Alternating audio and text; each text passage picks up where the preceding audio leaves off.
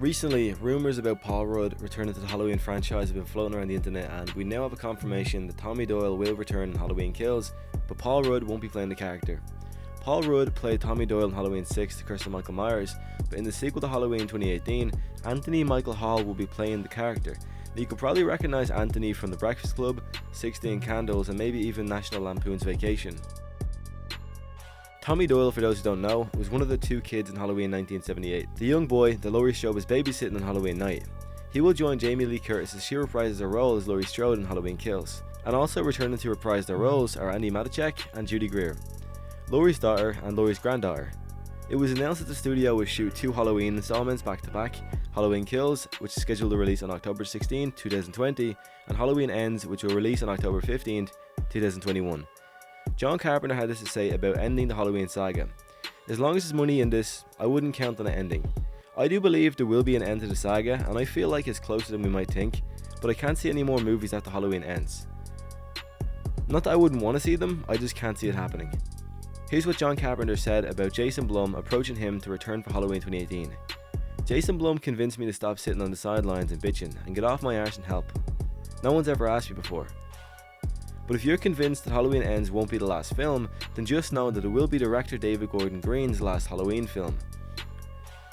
Here's what Green said about ending the saga.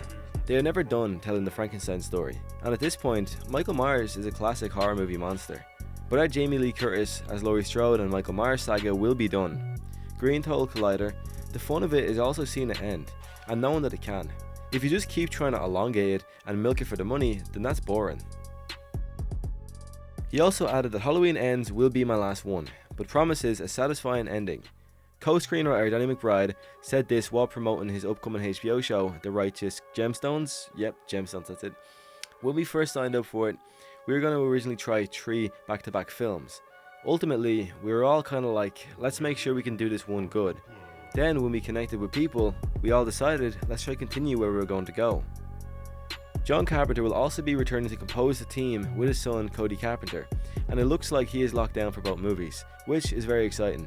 But aside from the fact that John Carpenter can't see the Halloween saga coming to an end, I think it's safe to say that after a while, the Halloween franchise will lay dormant again, and for how long, who knows. But it'll be back, it always is. And the same rule applies for all these other horror films. They might be like, the franchise might be laying dormant right now, but in the future it will be back, just kind of like anything really, you know?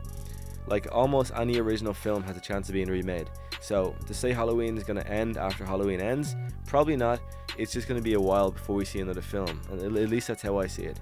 What do you think of the news down below? Were you hoping Paul Rudd would come back to play Tommy Doyle again, or are you happy with Tommy Hall? Or Anthony Hall? Anthony Michael Hall. Sorry, I'm bad with names. Let me know in the comments below. I am happy with Anthony Hall, or Anthony Michael Hall.